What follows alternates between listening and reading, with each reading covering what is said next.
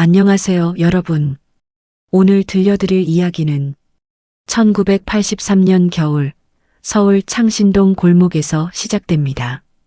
방 2칸짜리 단층집, 새벽마다 피워야 했던 연탄, 검게 갈라진 아버지의 손등, 그리고 끝내 삼켜버린 어머니의 한마디. 그때 우리는 몰랐습니다. 그 작은 침묵들이 쌓여 가족의 시간을 멈춰 세울 줄은요. 가난은 늘 문 앞에 서 있었고 우리는 서로의 등을 보며 버텼습니다. 말하지 못한 것들, 묻지 못한 것들, 그 사이로 흘러간 세월. 오늘은 그 시절 이야기를 꺼내봅니다. 1980년대를 살아오신 분들이라면 어쩌면 여러분의 이야기이기도 할 겁니다. 자, 이제 시작하겠습니다. 그날 아침 종로 골목의 허름한 연탄가게 앞에서 어머니는 끝내 말하지 못한 이야기를 삼켰습니다.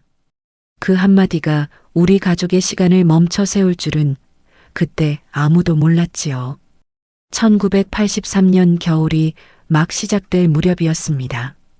서울 하늘은 늘 회색이었고 사람들 얼굴에도 여유는 잘 보이지 않았어요. 우리 집은 종로구 창신동, 비탈진 골목 끝에 있었습니다. 방 2칸짜리 단층 집이었고 아침마다 연탄 냄새가 먼저 하루를 깨웠습니다. 아버지는 새벽마다 일어나 신문을 깔고 연탄을 갈았습니다. 손등은 늘 검었고 겨울이면 갈라져 피가 맺혔지요. 그래도 아버지는 투덜거리지 않았습니다. 아니, 투덜거릴 틈이 없었던 것인지도 모릅니다. 철수야, 늦겠다. 얼른 먹어. 어머니의 목소리는 늘 다급했습니다. 국 한 그릇, 김치 몇 조각. 그게 아침상이었어요.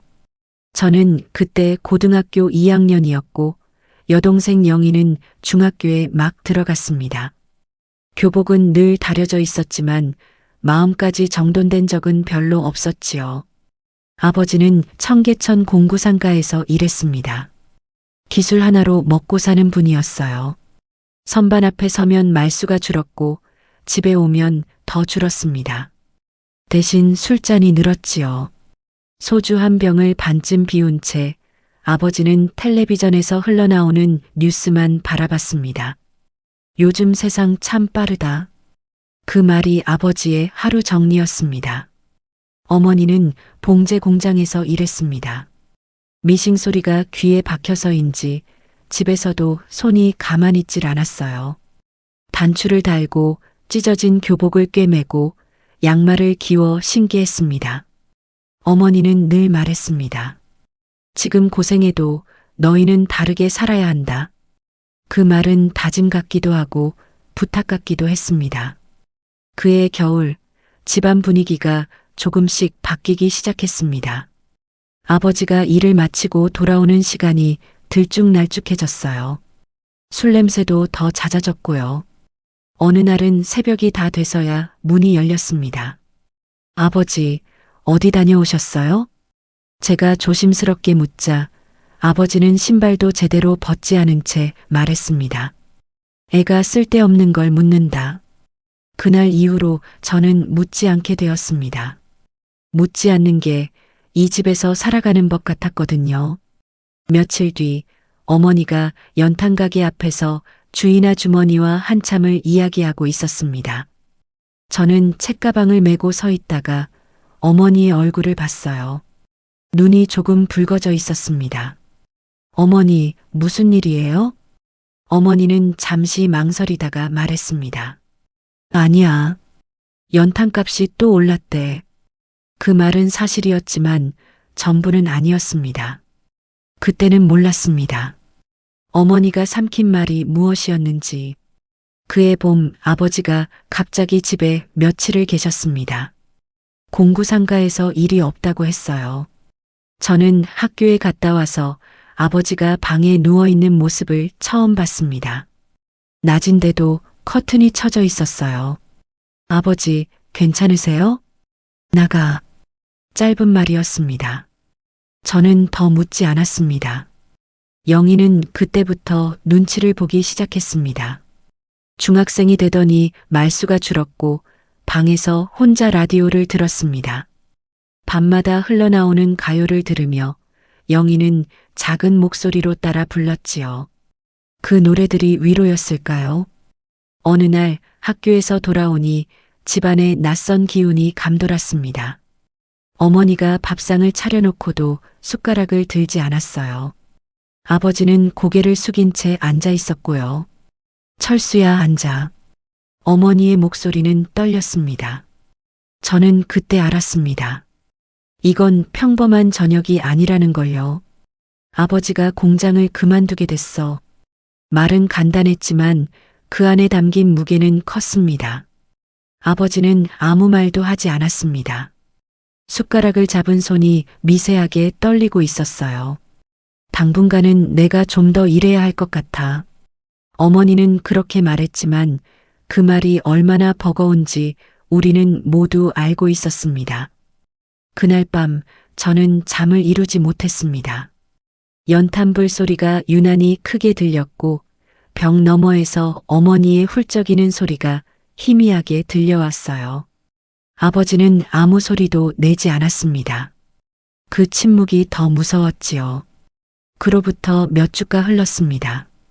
어머니는 새벽부터 밤까지 일했고 아버지는 이곳저곳을 다니며 일자리를 알아봤습니다.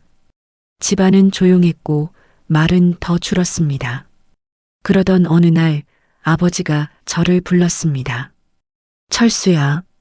아버지가 제 이름을 그렇게 부르는 건 드문 일이었어요. 고등학교 졸업하면 바로 취직할 수 있겠냐? 그 질문이 제 가슴을 세게 눌렀습니다. 저는 잠시 말이 나오지 않았어요. 대학 이야기는 우리 집에서 잘 꺼내지 않는 단어였거든요. 아버지, 저는 말끝을 흐리자 아버지는 고개를 돌렸습니다. 아니다. 됐다. 그날 이후로 저는 공부에 더 매달렸습니다. 이게 맞는 건지 도망치는 건지 알 수 없었지만요. 그리고 며칠 뒤 영희가 밤늦게까지 집에 들어오지 않았습니다. 시계는 11시를 넘기고 있었고 어머니는 창밖만 바라보고 있었습니다. 영희가 이렇게 늦은 적 없는데 어머니의 손이 떨렸습니다. 저는 외투를 집어들었습니다. 제가 나가볼게요. 골목을 몇 바퀴 돌고 학교 앞까지 갔을 때였습니다. 가로등 아래에 영희가 서 있었습니다. 혼자가 아니었어요. 낯선 남자와 함께였습니다. 영희야. 제가 소리치자 영희는 깜짝 놀라 고개를 들었습니다. 그 남자는 서둘러 자리를 떴고 영희는 울먹이며 말했습니다. 오빠, 나 집에 있기 싫었어. 그 한마디에 저는 아무 말도 할 수 없었습니다. 우리가 지켜야 할 게 무엇인지, 어디서부터 잘못됐는지 그때는 알 수 없었지요. 집으로 돌아오는 길 영희는 계속 울었습니다. 저는 아무 말도 하지 않았습니다. 집에 도착했을 때 어머니는 현관에 서 있었습니다. 그리고 그날 밤 어머니는 처음으로 큰 소리로 울었습니다. 아버지는 그 모습을 말없이 보고만 있었습니다. 얼굴이 굳어 있었어요. 그 표정이 앞으로 닥칠 일을 예고하는 것처럼 보였습니다. 며칠 후 아버지는 저녁 식사 자리에서 조용히 말했습니다. 이 집 이사 가야겠다. 어머니와 저는 동시에 아버지를 바라봤습니다. 영희는 숟가락을 떨어뜨렸어요. 왜요? 제가 묻자 아버지는 한참 침묵하다가 말했습니다. 여기서는 더 버티기 힘들다. 그 말 뒤에 이어질 이야기를 저는 듣고 싶으면서도 두려웠습니다. 이사가 끝이 아니라 시작일지도 모른다는 예감이 들었거든요. 그날 밤 어머니는 아무 말 없이 장롱 깊숙한 곳에서 봉투 하나를 꺼내 들었습니다. 그 봉투 안에 무엇이 들어있는지 그때는 아무도 몰랐습니다. 어머니가 꺼낸 봉투는 오래된 것이었습니다. 가장자리가 닳아 있었고 손때가 묻어 있었지요. 어머니는 그 봉투를 식탁 위에 올려놓고도 한참을 열지 못했습니다. 마치 그 안을 들여다보는 순간 되돌릴 수 없는 일이 벌어질 것처럼 보였습니다. 이게 뭐예요? 제가 묻자 어머니는 고개를 저었습니다. 아직은 아니야. 아버지는 그 봉투를 한번 힐끗 보고는 시선을 피했습니다. 아무 말도 하지 않았어요. 그 침묵 속에서 저는 알 수 없는 불안이 가슴을 파고드는 걸 느꼈습니다. 그날 밤 어머니는 잠을 이루지 못했습니다. 방문 너머로 뒤척이는 소리가 들렸고 간간히 한숨이 새어나왔지요. 아버지는 여느 때처럼 마루에 이불을 펴고 누웠지만 코 고는 소리는 들리지 않았습니다. 두 분 모두 깨어 있다는 걸 저는 알 수 있었습니다. 그로부터 며칠이 흘렀습니다. 이사 이야기는 더 이상 꺼내지지 않았지만 집안에는 늘 팽팽한 공기가 감돌았습니다. 어머니는 봉제 공장에서 야근을 더 늘렸고 아버지는 새벽마다 집을 나섰다가 빈손으로 돌아오곤 했습니다. 어느 날 저녁 어머니가 제게 말했습니다. 철수야, 학교 끝나고 바로 오지 말고 알바 자리 좀 알아봐. 그 말은 부탁이었지만 사실상 결정이었습니다. 저는 고개를 끄덕였습니다. 교복을 입은 채로 신문 배달, 공장 심부름, 주유소 보조까지 닥치는 대로 알아봤습니다. 공부는 밤으로 밀려났고 눈꺼풀은 점점 무거워졌지요. 영희는 더 말이 없어졌습니다. 학교에서 무슨 일이 있는지, 누구를 만나는지 묻고 싶었지만 입이 떨어지지 않았습니다. 그날 가로등 아래에서 보았던 영희의 얼굴이 자꾸 떠올랐거든요. 집에 있기 싫다는 말. 그 말이 마음에 걸렸습니다. 어느 비 오는 저녁이었습니다. 어머니가 퇴근길에 넘어졌다는 연락을 받았습니다. 봉제 공장 동료가 집으로 전화를 걸어왔지요. 저는 우산도 제대로 챙기지 못한 채 병원으로 달려갔습니다. 어머니는 응급실 침대에 누워 있었습니다. 얼굴이 창백했고 손목에는 붕대가 감겨 있었어요. 괜찮아. 그냥 미끄러졌어. 어머니는 그렇게 말했지만 의사는 며칠은 쉬어야 한다고 했습니다. 그 말에 어머니의 얼굴이 굳어졌지요. 쉬면 월급이 줄어요. 어머니의 목소리는 낮았지만 간절했습니다. 의사는 고개를 끄덕이며 말했습니다. 그래도 몸이 먼저예요. 집으로 돌아오는 길, 어머니는 한마디도 하지 않았습니다. 비는 계속 내렸고 골목은 더 어두워 보였습니다. 그날 밤 아버지가 봉투를 들고 나왔습니다. 마침내 그 봉투를 열 때가 온 듯 했습니다.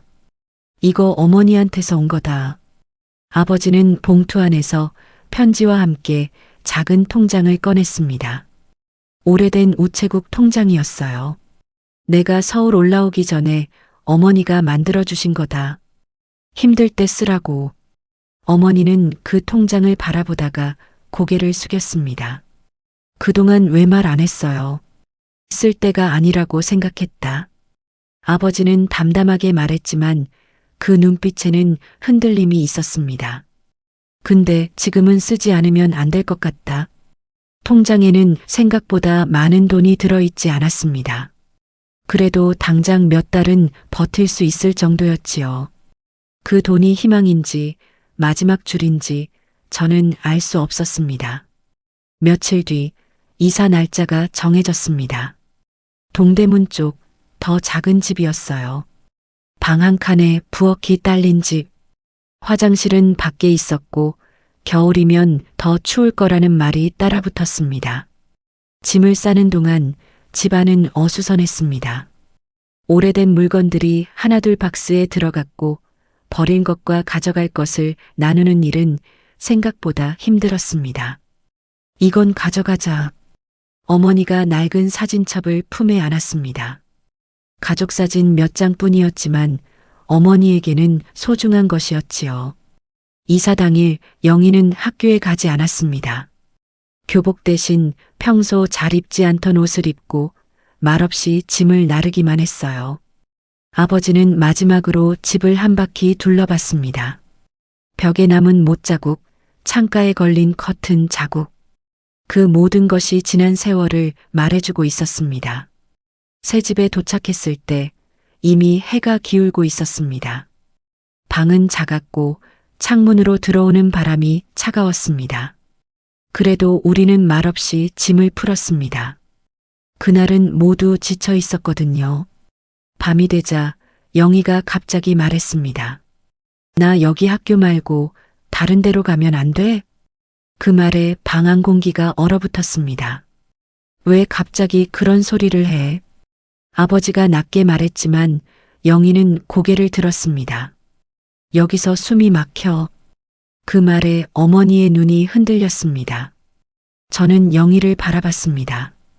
그 작은 몸에 얼마나 많은 마음이 쌓여 있었을까요? 조금만 참아. 어머니가 겨우 말했습니다.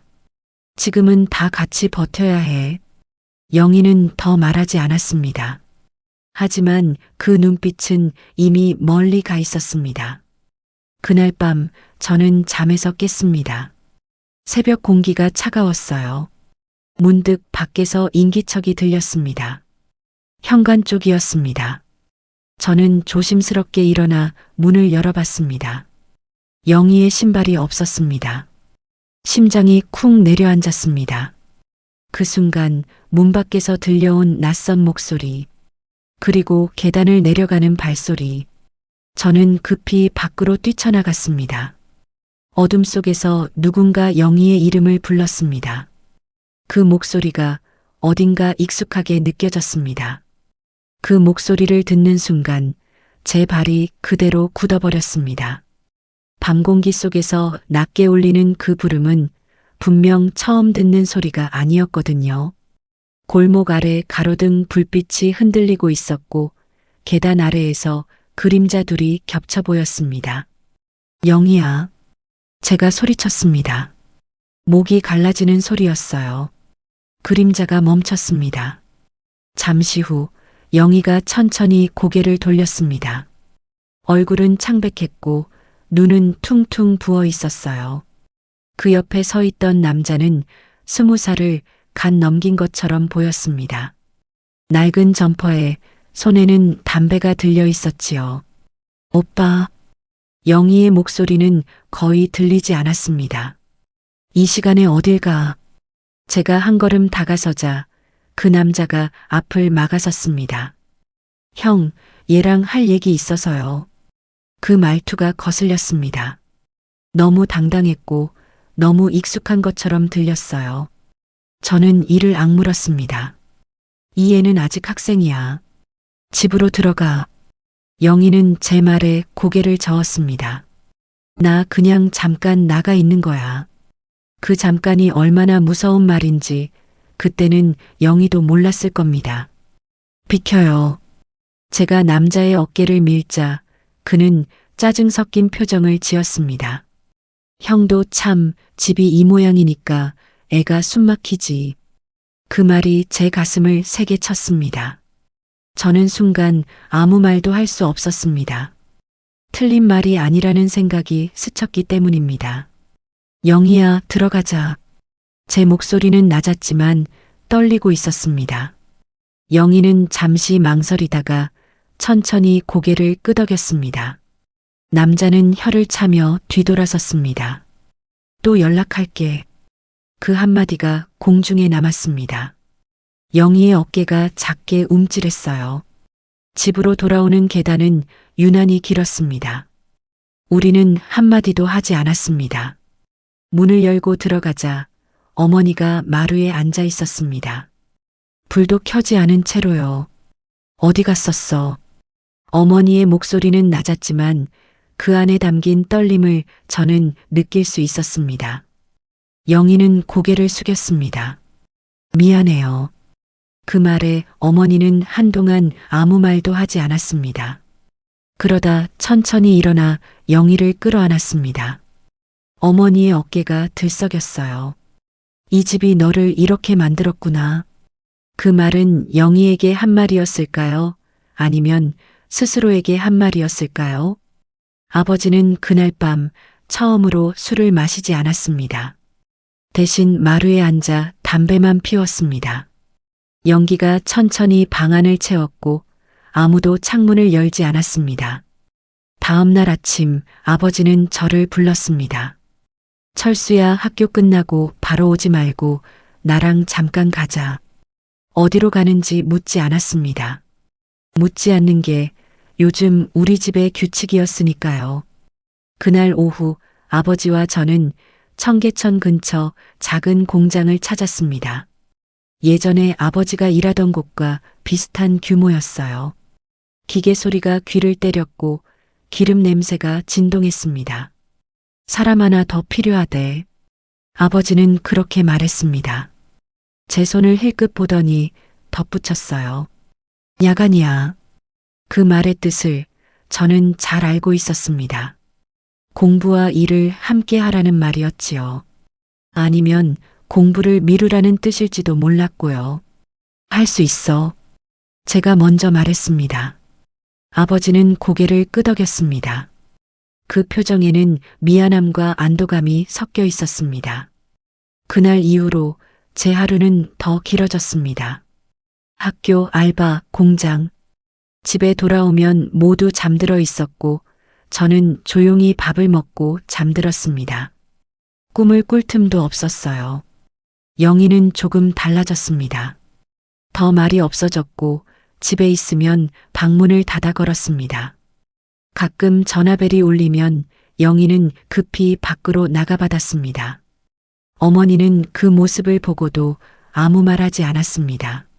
말한다고 달라질 게 없다는 걸 어머니도 느끼고 있었던 것 같습니다. 어느 날 저녁 어머니가 저를 불렀습니다. 봉제 공장에서 받은 월급 봉투를 내밀며 말했어요. 이거 너 대학 등록금으로 조금씩 모아두자. 저는 봉투를 밀어냈습니다. 괜찮아요. 지금은 영희가 먼저예요. 그 말에 어머니의 눈이 흔들렸습니다. 너도 내 인생이 있어. 영희도 있어요. 짧은 대화였지만 그날 우리는 처음으로 서로를 똑바로 봤습니다. 포기와 선택 사이에서요. 며칠 뒤 영희가 학교에서 연락을 받았습니다. 담임 선생님이 어머니를 찾았다는 말이었어요. 저는 그날따라 공장에 늦게 들어갔고 집에는 저녁 늦게서야 돌아왔습니다. 집안은 조용했습니다. 너무 조용했어요. 마루 위에 영희의 가방이 놓여 있었습니다. 평소 들고 다니던 가방이 아니었어요.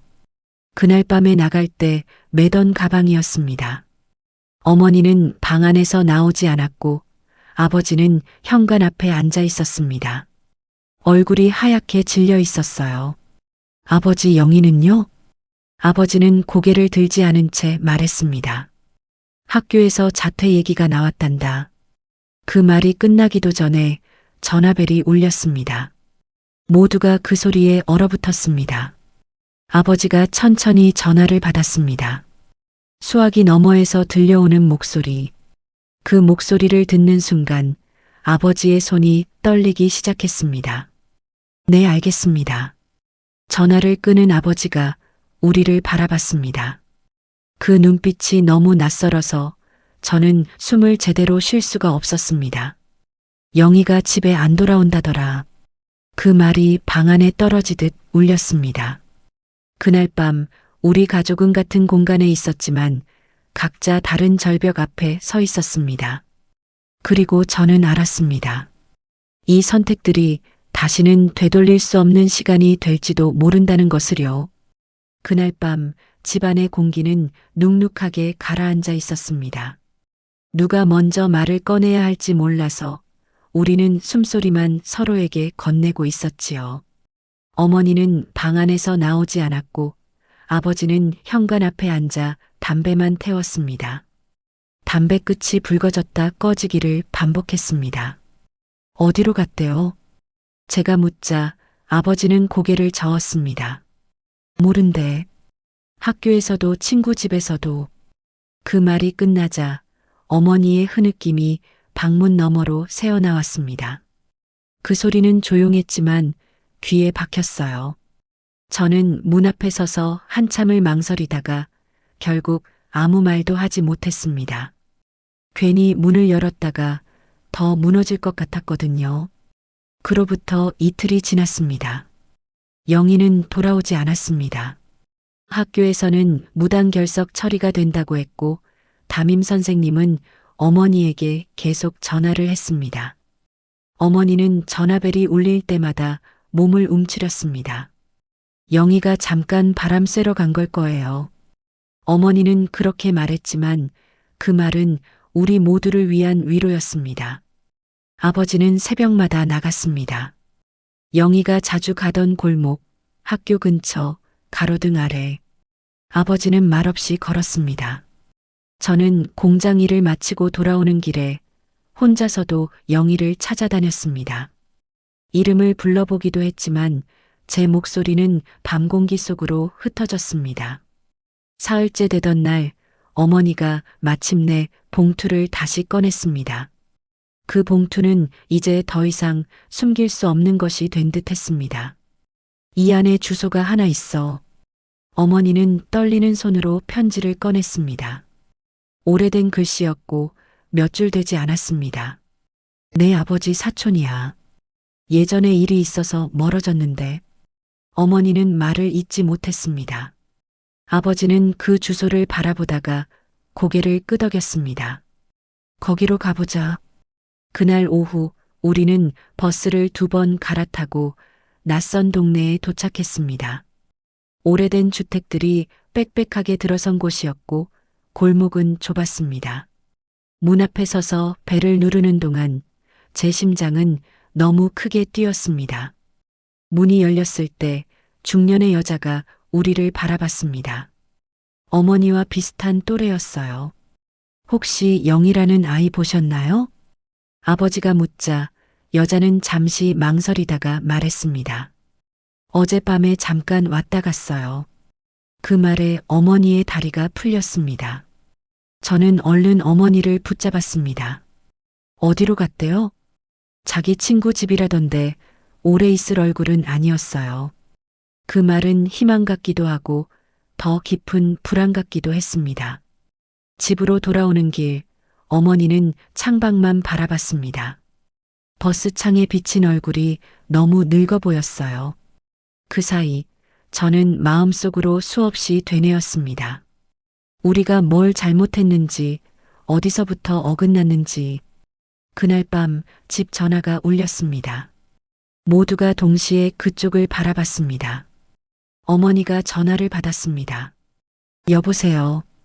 잠시 침묵이 흐른 뒤 어머니의 얼굴이 굳어졌습니다. 어디라고요? 수화기 너머의 말이 끝나기도 전에 어머니는 울음을 터뜨렸습니다. 지금 가겠습니다. 아버지는 외투를 집어들었고 저는 신발을 신었습니다. 우리는 말없이 밖으로 나섰습니다. 목적지는 경찰서였습니다. 경찰서 대기실은 형광등 불빛 아래 차가웠습니다. 의자에 앉아 기다리는 동안 저는 손을 계속 비볐습니다. 잠시 후 한 경찰이 우리를 불렀습니다. 따님으로 보이는 아이가 친구들과 있다가 발견됐습니다. 어머니가 자리에서 일어나다가 비틀거렸습니다. 다친 데는 없나요? 몸은 괜찮은데 집에 들어가기 싫다고 합니다.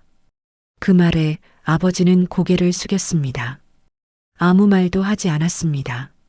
저는 그때 처음으로 아버지가 작아 보였습니다. 영희는 상담실 안에 있었습니다.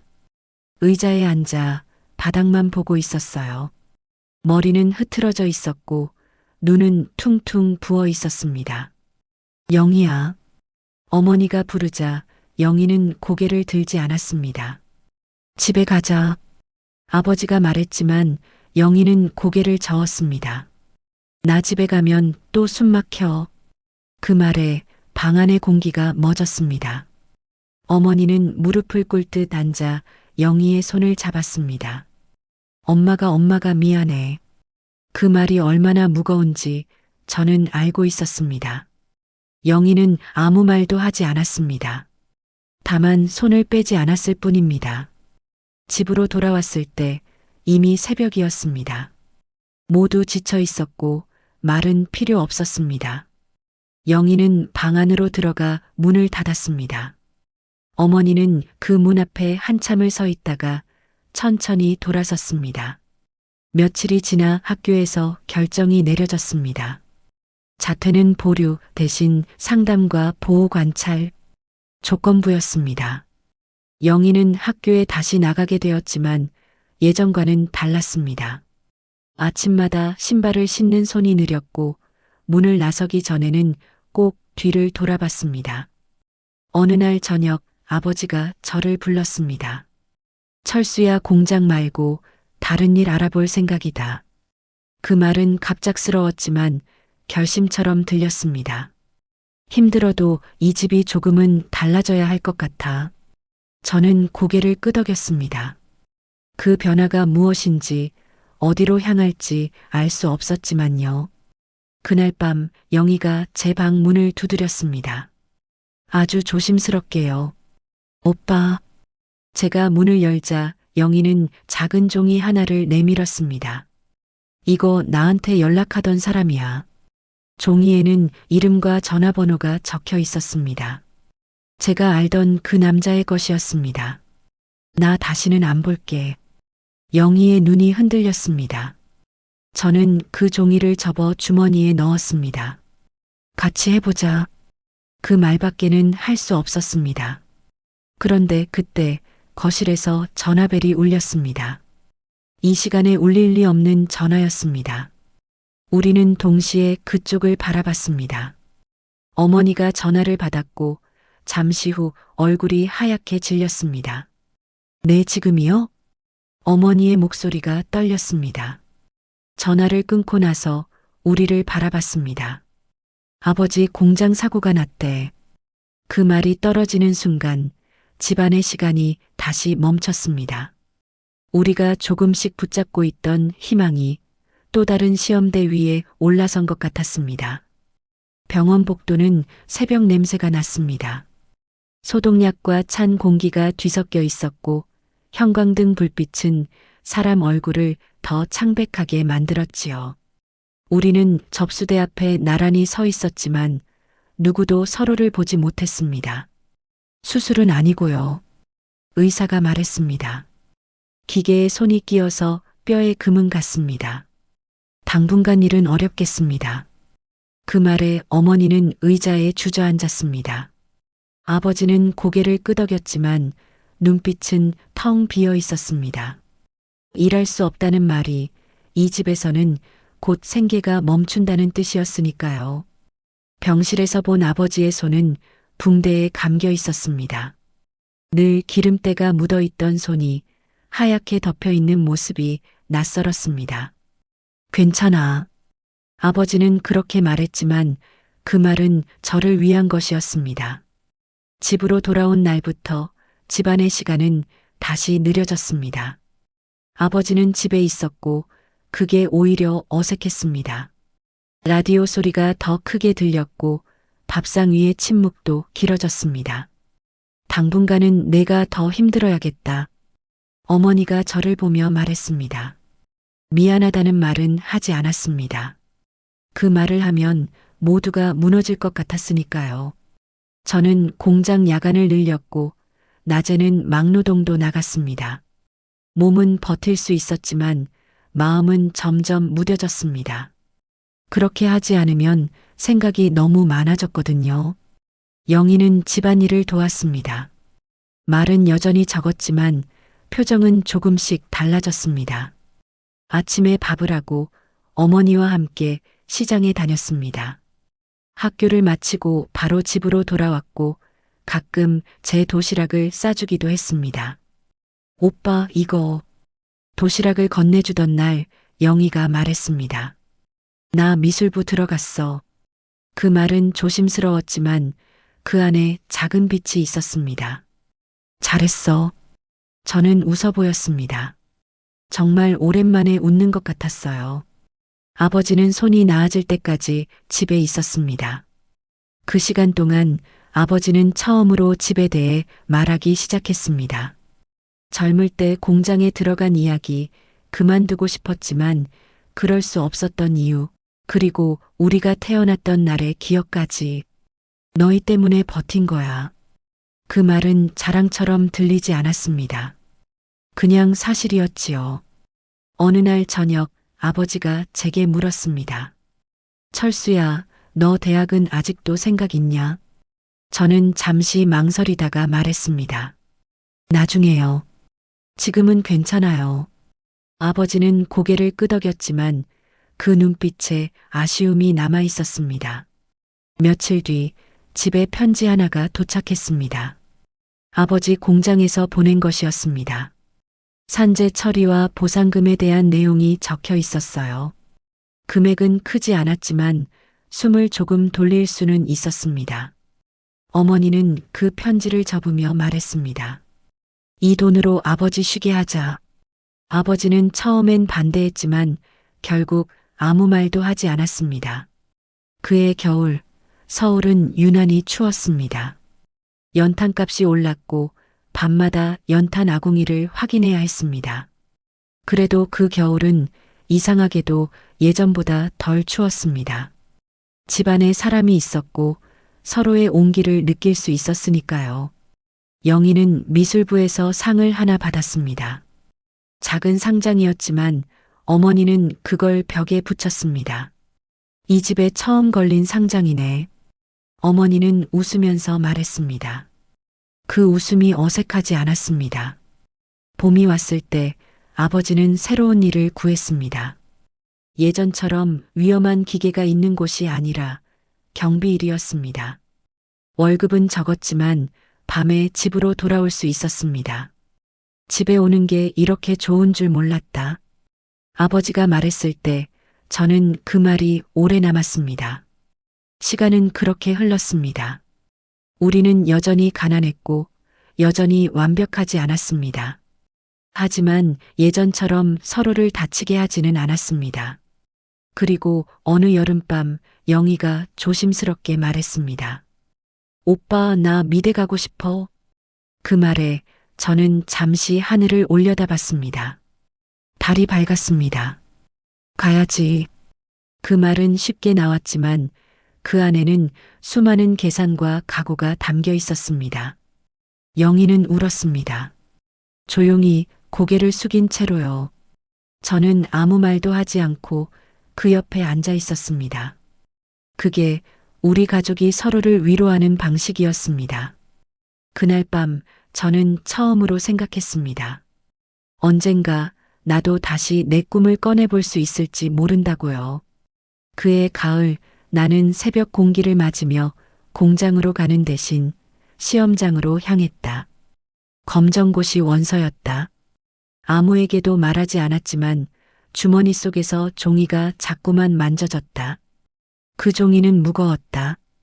늦었다고 생각했던 시간을 다시 붙잡겠다는 마음이었으니까. 어디 가니? 문을 나서다 어머니에게 들켰다. 잠깐 볼 일이요. 어머니는 더 묻지 않았다. 대신 도시락을 하나 내밀었다. 따뜻했다. 시험을 마치고 나오는 길, 서울 하늘은 유난히 높아 보였다.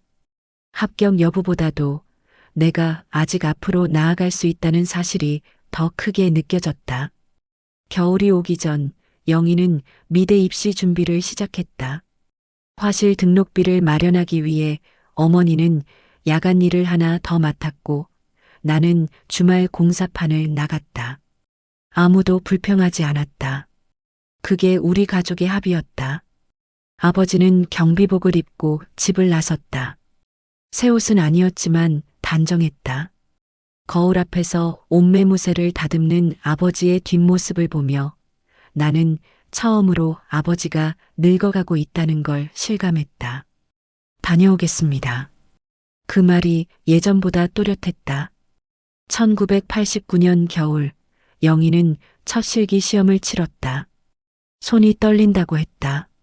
나는 시험장 앞에서 아무 말 없이 손을 잡아줬다. 영희의 손은 차가웠지만 단단했다. 오빠, 시험장에 들어가기 전 영희가 말했다. 나 떨어져도 다시 할 거야. 알아. 나는 고개를 끄덕였다.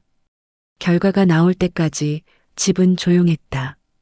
라디오는 작게 틀어져 있었고 연탄불은 꾸준히 타고 있었다. 합격 통지서는 예상보다 늦게 도착했다. 우편함에 꽂힌 봉투를 보는 순간 나는 심장이 멎는 줄 알았다. 영희는 봉투를 열지 못하고 서 있었다. 열어. 내 말에 영희가 봉투를 찢었다. 잠시 침묵. 그리고 오빠. 영희의 목소리가 갈라졌다. 눈물이 먼저 떨어졌다. 붙었어. 그 말에 어머니가 주저앉았고 아버지는 벽을 짚었다. 아무도 소리를 지르지 않았다. 대신 오래 숨을 내쉬었다. 마치 그동안 참고 있던 숨을 한꺼번에 내뱉는 것처럼. 그날 저녁 우리는 돼지고기를 샀다. 특별한 날에만 먹던 음식이었다. 어머니는 반찬을 여러 개 내놓았고 아버지는 소주를 한 잔만 마셨다. 영희야. 아버지가 말했다. 집안 첫 대학생이다. 그 말에 영희는 울면서 웃었다. 그해 겨울 나는 검정고시에 합격했다. 합격증을 들고 집에 들어왔을 때 어머니는 아무 말 없이 그 종이를 받아 벽에 붙였다. 영희의 상장 옆이었다. 이 집 점점 좋아지네. 어머니가 말했다. 1990년 봄 영희는 서울 한복판으로 학교를 다니기 시작했다. 새 가방, 새 스케치북, 새 길. 아침마다 집을 나서는 영희의 뒷모습은 더 이상 불안해 보이지 않았다. 나는 야간 대학 진학을 알아보기 시작했다. 늦은 만큼 천천히 가도 된다고 스스로를 설득했다. 어느 날 밤 아버지가 말했다. 철수야. 네.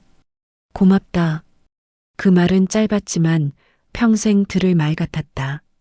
나는 고개를 숙였다. 말로 하면 울 것 같았으니까. 그해 여름 우리는 처음으로 사진관에 갔다.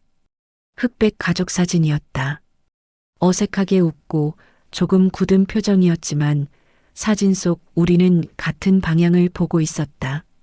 사진이 나오던 날 나는 생각했다.